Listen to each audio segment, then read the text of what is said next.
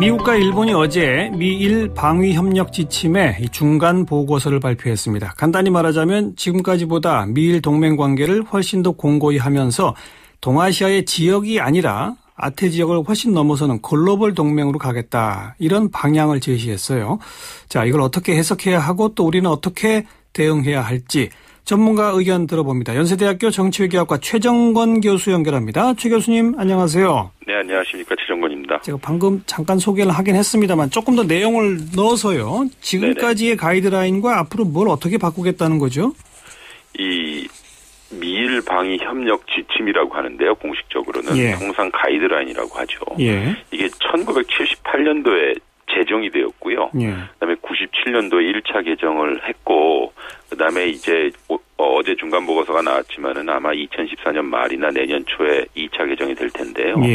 이 가이드라인이라고 하는 것이 미일 양국이 주로 일본 안보 위기를 대비해 마련한 군사행동 지침이에요. 그러니까 이 개정되기 전 지금의 현행 가이드라인은 1997년도에 나왔습니다. 그렇군요. 그 당시에도 협력 범위를 주변 지역 사태로 넓혀서 우리로서는 좀 민감하게 반응했습니다.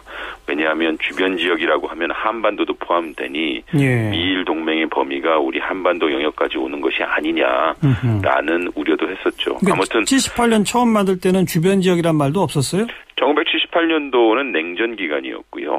미일 방위 협력의 구조하고 역할만 규정을 했었고요. 당시에 우리가 뭐 명확하게 이야기하지 않았지만 이신전심으로 주된 위협을 소련으로 봤기 때문에 이 소련이 일본에 무력 공격을 할 경우에 이제 미국이 어떻게 도와주겠다라고 하는 가이드라인이 나왔었죠. 97년엔 그게 이제 주변 지역 위기시 이렇게 나왔고 그렇죠. 이번에는요.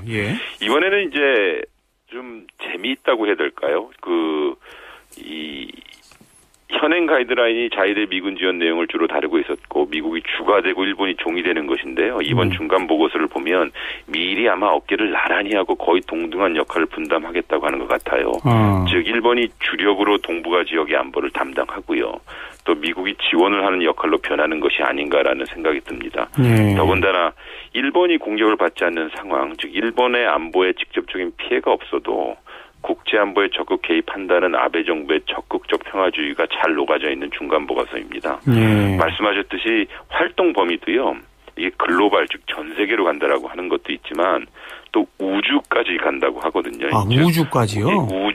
우주 방위 협력도 한다고 하고 가상 공간인 사이버 영역까지 확대될 것 같습니다. 이것이 좀 재미있는 부분인데요. 왜냐하면 이 미국의 입장에서는 중국이 계속 사이버 영역에서 미국을 해킹하고 있다라고 주장을 하니까 이 부분에 대해서도 이제 미일이 협력한다라고 하는 것이고 우주에 관한 것은 이제 미사일 방위 체계하고도 좀 연동이 되는 것 같습니다. 그래서 안보 협력의 범위가 이번 중간 보고서이지만 이 중간 보고서 나타낸 것을 보면 상당히 미일 안보 협력의 구도와 강도가 상당히 강화될 것 같아요. 예를 들어서 정보체계, 감시체계, 정찰, 기지 사용, 병참 지원, 해양안보, 그리고 미사일 방어에도 적극적 협력을 강화하고 속도를 높이겠다고 양측이 공약합니다. 그렇기 때문에 우리에게 주목을 끄는 것이 일본이 공격을 당할 경우, 또 한 가지 재미있는 것은 일본이 공격을 당할 경우 일본이 주도적으로 자위권을 발동하고 미국이 지원한다는 것이고요.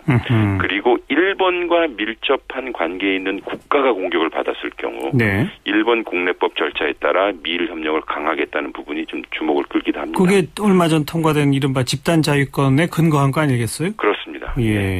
더군다나 미일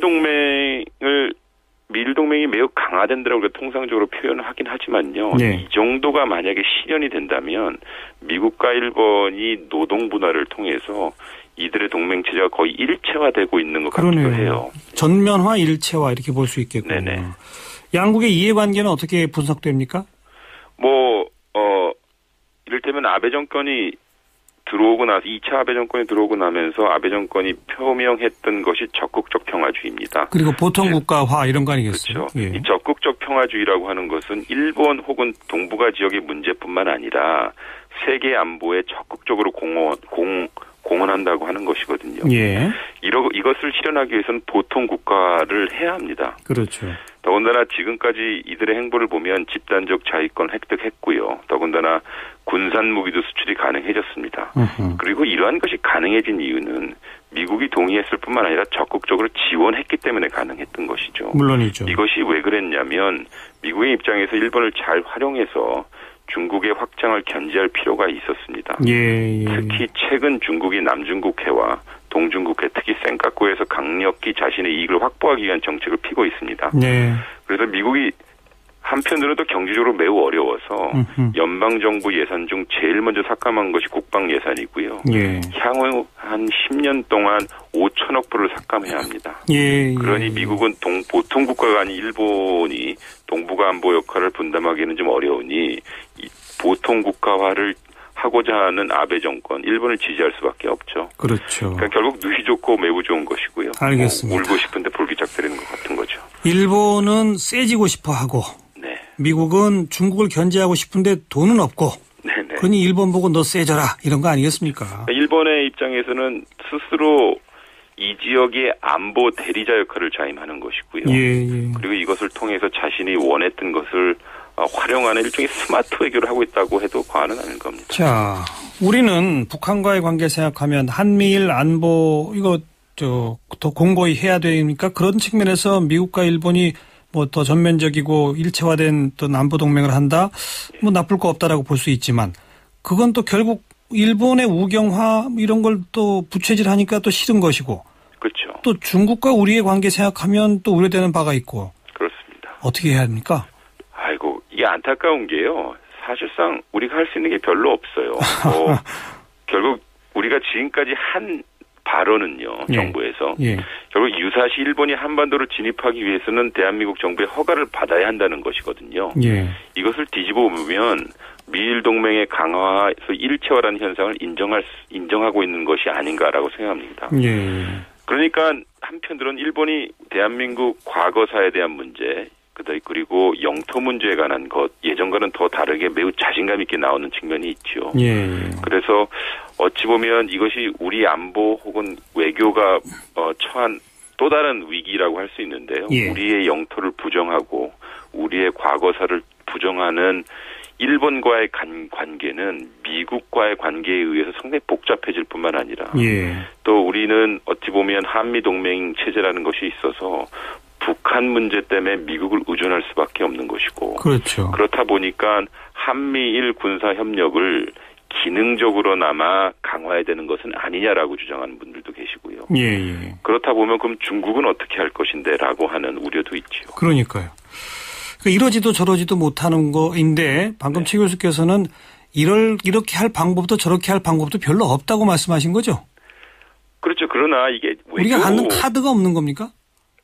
제 생각에는 이 외교에 관한 것은 상당히 상상력이 좀 필요할 것 같아요. 예를 들어서 지금 우리가 미일 동맹이 강화되고 일본이 우경화되는 것에 대해서 볼멘 소리만 해야만 되는 상황은 우리가 남북 관계가 상당히 안 좋고 그리고 북한의 위협을 우리가 과도하게 평가하기 때문에 미국과의 동맹을 상당히 필요하다라고 인식하는 것이거든요. 그렇죠. 그렇기 때문에 일본과도 기능적 협력, 군사적 협력을 해야 된다라고 하는 자충수를 두게 돼요. 네. 그렇다면 그러니까 한반도에 있어서 정치 환경 중 가장 중요한 남북 관계를 개선을 하고요. 남북 관계가 좋아지면 그렇죠. 그러면 우리가 어떻게 보면 일본의 도움, 미국의 도움을 덜 필요로 할 수도 있을 것이고요. 일본한테 더 세게 말할 수도 있을 것이고. 그렇습니다. 더군다나 우리는 무역 국가이므로 지금 대한민국과 무역을 4분의 1 이상 하고 있는 중국과의 관계도 생각을 해야 하니 그렇죠. 이 한중 관계도 보다 제도적으로 많이 개선시켜야죠. 이를테면 시진핑 주석이 지난 여름에 와서 우리가 협의한 것처럼 한중 간의 경제적 관계를 제도화할 수 있는 한중 자유무역 협정 같은 것은 보다 지속적으로 속히 체결해서 우리 한중 관계는 정치적 환경이 어쨌든 간에 이 제도적으로 안정성을 높이는 정책도 필요하다고 봅니다. 이게 미국, 일본, 한국, 또 중국, 러시아, 북한 이렇게 신냉전으로 가는 거는 우리한테 나쁜 거 아닙니까? 그렇죠. 그렇게 되면 소위 강대국이 정해놓은 국제 정치를 우리가 일방적으로 소비하게끔 돼요. 맞아요. 그렇다면 우리의 이익 구조보다 그 강대국의 이익에 우리가 편승을 하거나 아니면 거기에 침해를 받게 되거든요. 예. 그렇다면 결국은 그들의 정치를 소비해야만 하는 대한민국 그리고 대한민국 국민으로서는 국익이 정말 확보가 되겠느냐라고 하는 의구심이 들죠. 네. 결국 관건은 남북 관계를 어떻게 우리가 좀 주도적으로 개선시켜 나가느냐 여기서부터 시작되겠군요. 그렇습니다. 자, 지켜보겠습니다. 오늘 고맙습니다. 네, 감사합니다. 연세대학교 정치기학과 최종건 교수였습니다.